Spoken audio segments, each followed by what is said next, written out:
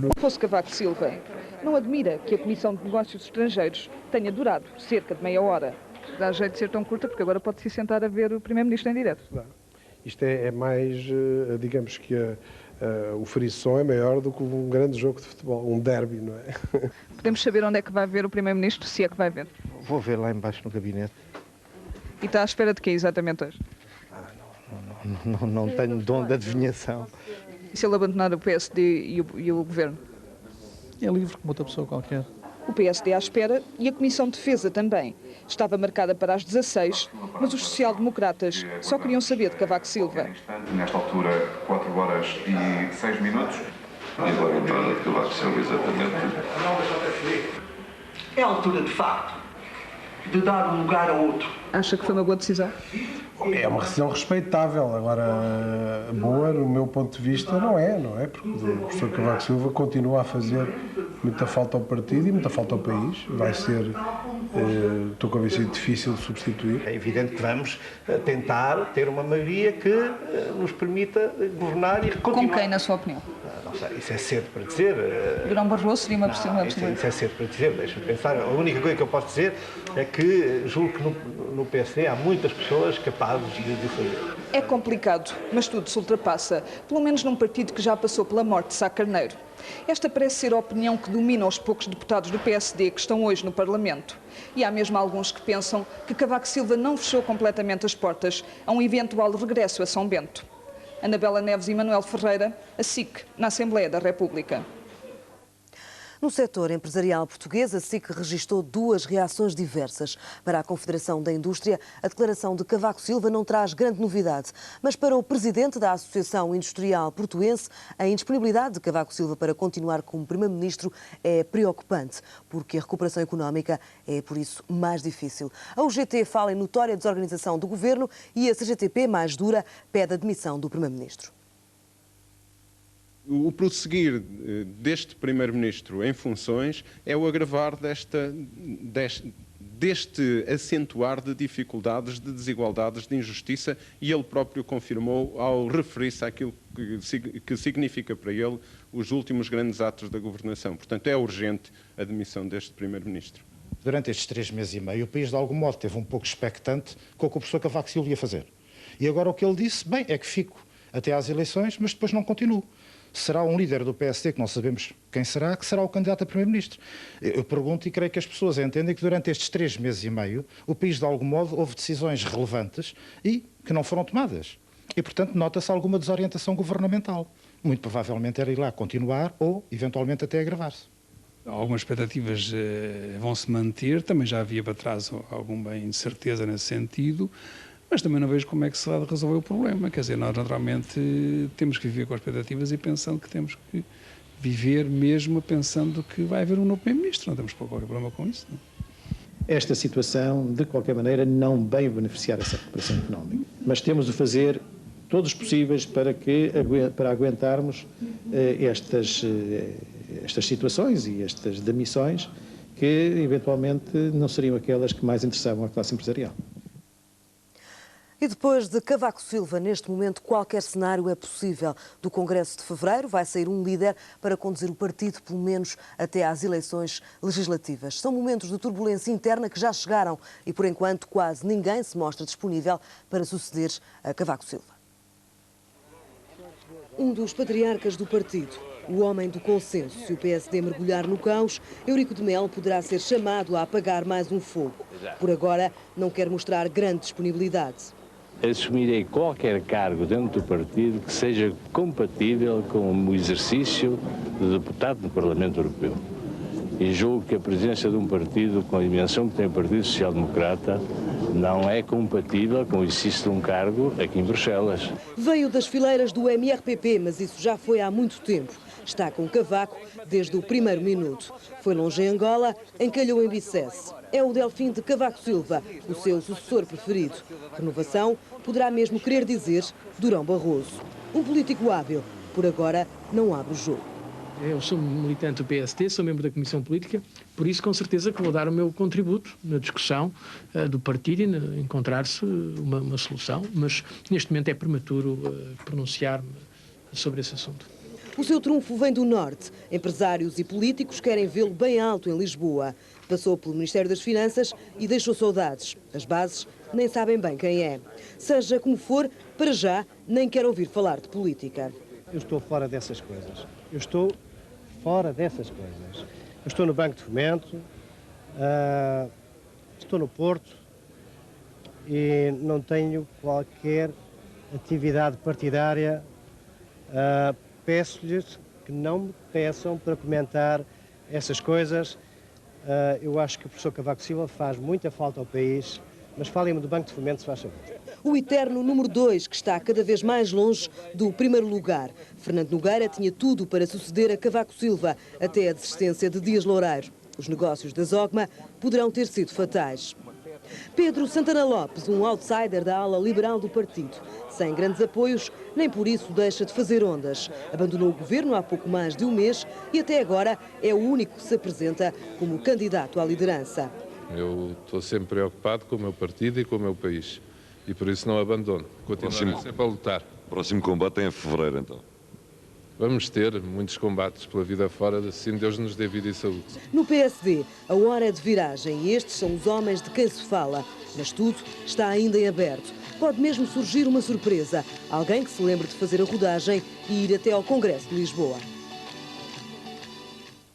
Quando abandonar o governo, em outubro deste ano, Cavaco Silva terá completo 10 anos de governação. Foi o homem que mais tempo esteve ao leme desde o 25 de abril. 10 anos que podem ficar para a história como a década do cavaquismo. É uma das mais longas e ricas coleções de imagens do Portugal recente. Caras, coisas e terras que fizeram uma história que começa em Buliqueime, um poço que o poder transformou na mais famosa fonte de Portugal e dos Algarves. Da fonte para a Foz foi um pulo. Cavaco foi à Figueira fazer a rodagem do carro e voltou com o partido atrás. Cidade incontornável, Bruxelas foi amor à segunda vista. Primeiro estranhou, depois entranhou-se. Quando quis estar longe dos jornalistas e do presidente, o cavaquismo deu um salto ao Alentejo profundo. Último cromo do mundo cavaquista, a universidade vem à baila cada vez que Aníbal Cavaco Silva pensa na sua reforma. Do mundo para as causas que fizeram a história de Cavaco, a começar pela maior das coligações, um bloco central desfeito em fanicos por golpe de Cavaco Silva.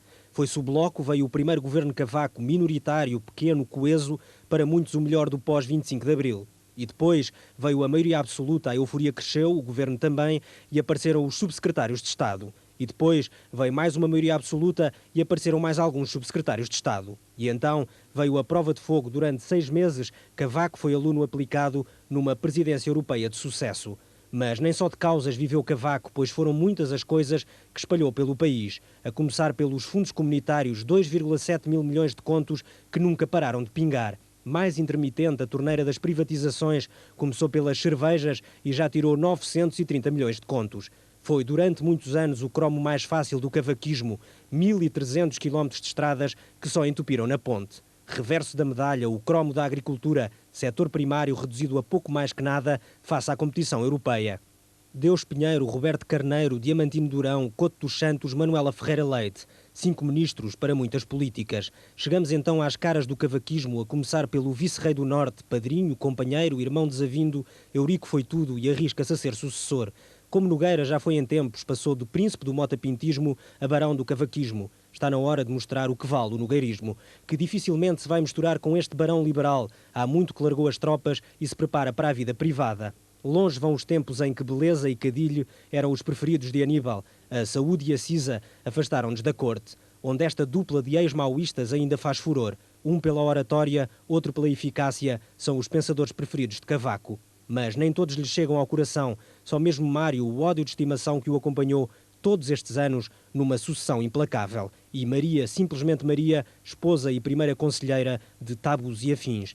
Essa questão que parou Portugal durante 3 meses e hoje parece ter chegado ao fim. Mais longe, Teodoro, o senhor da bomba de Buliqueime, foi mesmo o primeiro a adivinhar o fim do tabu, ou o princípio, porque o último cromo desta coleção ainda nem está à venda.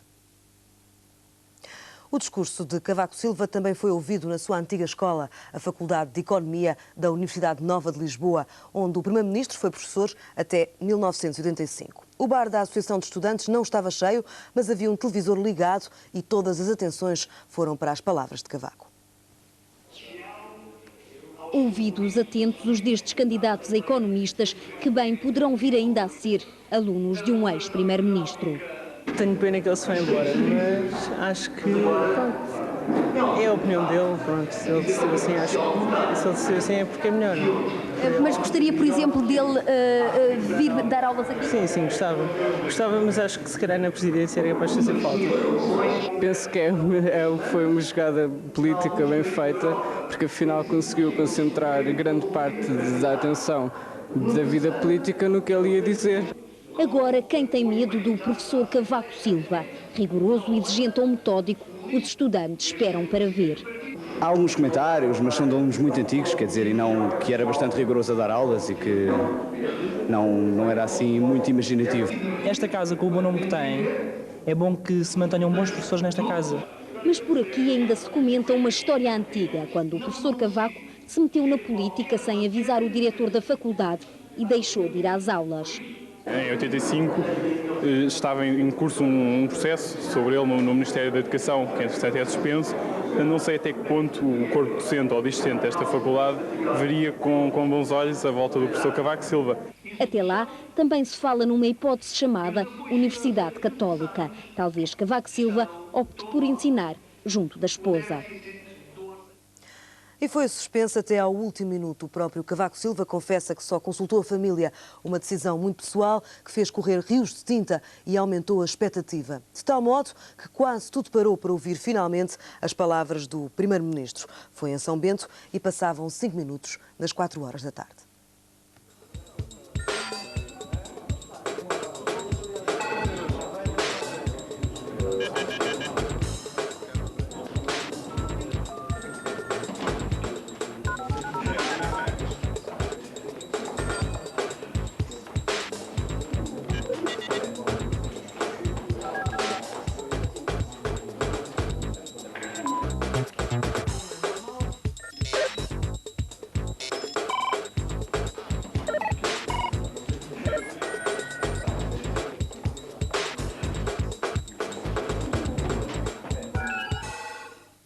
Um dia que fica para a história.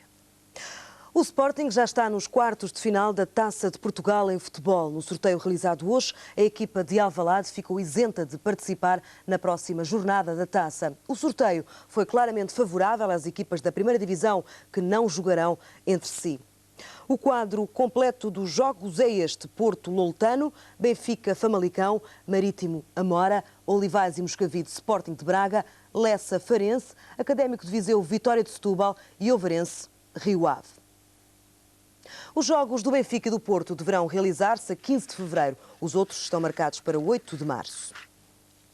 No Japão continuam as réplicas do sismo da semana passada. Esta madrugada a terra voltou a tremer com grande intensidade na cidade de Kobe. O último abalo ocorreu às 6 da manhã locais e teve uma magnitude de 4,5 na escala de Richter.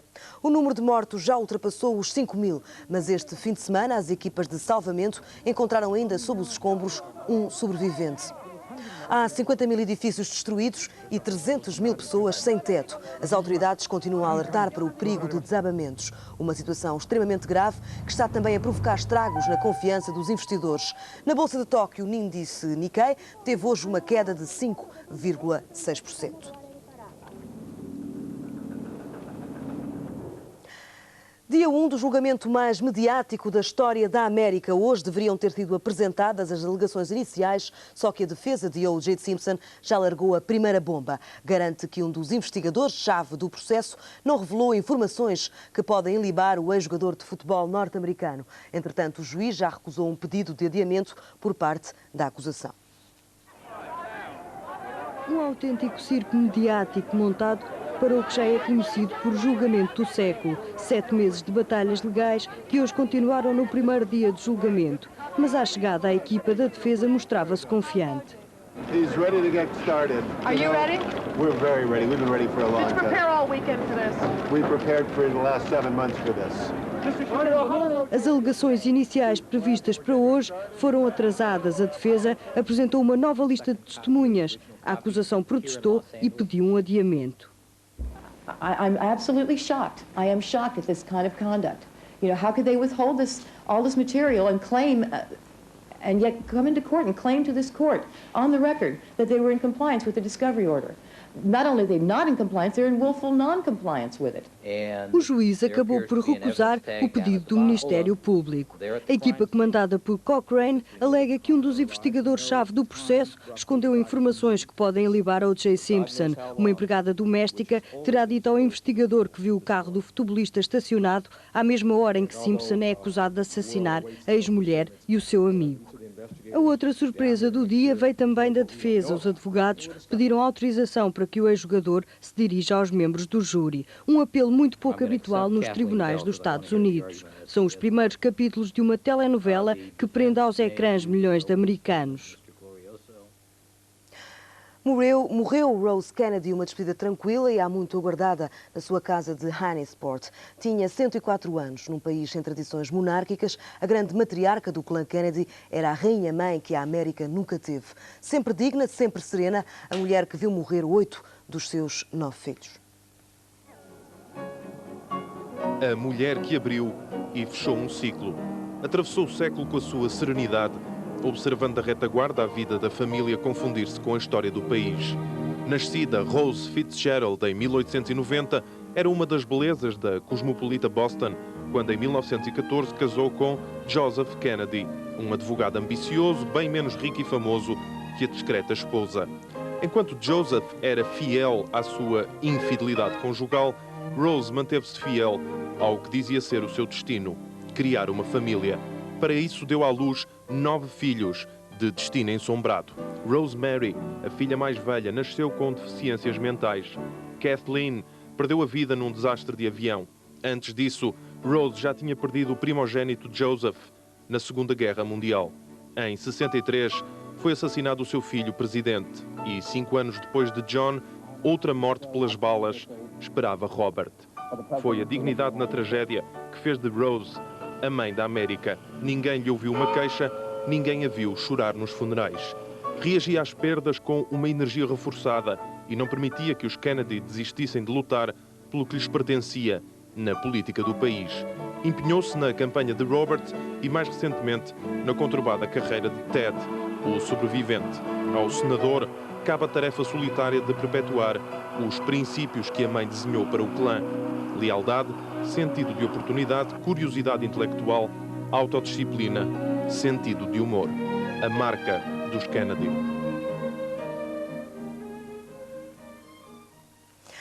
Num dia como este, mais vale dobrar. Veja de novo o flashback, já a seguir a análise a quente da despedida de Cavaco Silva. Até amanhã, ao fim da noite.